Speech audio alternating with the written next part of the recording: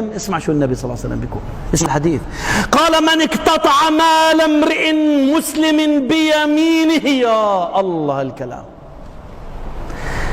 إذا بتأخذ إن شاء الله أجورة واحدة، من اقتطع مال امرئ مسلم بيمينه أوجب الله له النار وحرم عليه الجنة. الصحابة قاعدين، شو هالحديث هذا يا رسول الله؟ ايش ايه؟ لحظة، الصحابة هذول الجماعة بدهم الجنة، يقول لك بالآخر كل هالشغل يروح على الفاضي. الله أكبر، كل هالصلاة على الفاضي، كل هالعبادة على الفاضي. النبي بيقول: من اقتطع مال امرئ مسلم بيمينه أوجب الله له النار وحرم عليه الجنة. أحد الصحابة شوية هيك ما قدرش الأمر هيك يستوعب عظمته، شيء مش بسيط هذا. فقال: يا رسول الله، سأل: وإن شيئا يسيرا يا رسول الله؟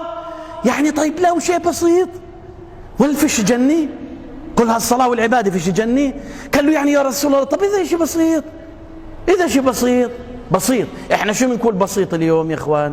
بسيط يعني مثلا شيكل، 10 شيكل، 5 شيكل بلغة عملة اليوم. بسيط 2 سنتي من الأرض. بسيط مثلا يا أحباب، واحد خلى كلام عنده، واحد هيك بنقول إحنا خلى كلام عنده وهذا اعتبره غنيمة، ما رجع له شيء. هاي بسيطة، احنا بنقول بسيطة. قال له: وإن شيئا يسيرا يا رسول الله؟ قال صلوات ربي وسلامه عليه، قال: وإن كان قضيبا من أراك. يا الله، عارف شو القضيبا من أراك؟ الأراك هو الشجر اللي بياخذوا منه السواك. شفت السواك؟ كده حكوا بسيط جدا. 2 ريال 3 ريال بتجيبه من المدينة من مكة ولا بشي، ومرات بيعطوك إياه هدية على البيعة. بيقول الرسول: حتى قضيب من أراك أخذته من مسلم بغير حق، مش إلك، اعتديت عليه اعتداء، أخذته مش إلك، فيش جنة. هاي الحمل خفف. طيب يا حبيبي ايش نقول عن الاشياء الثقيله؟ اذا قضيبا من اراك، تعال يا اخوي. الله الله الله الله يا حبيبي يا حبيب الله.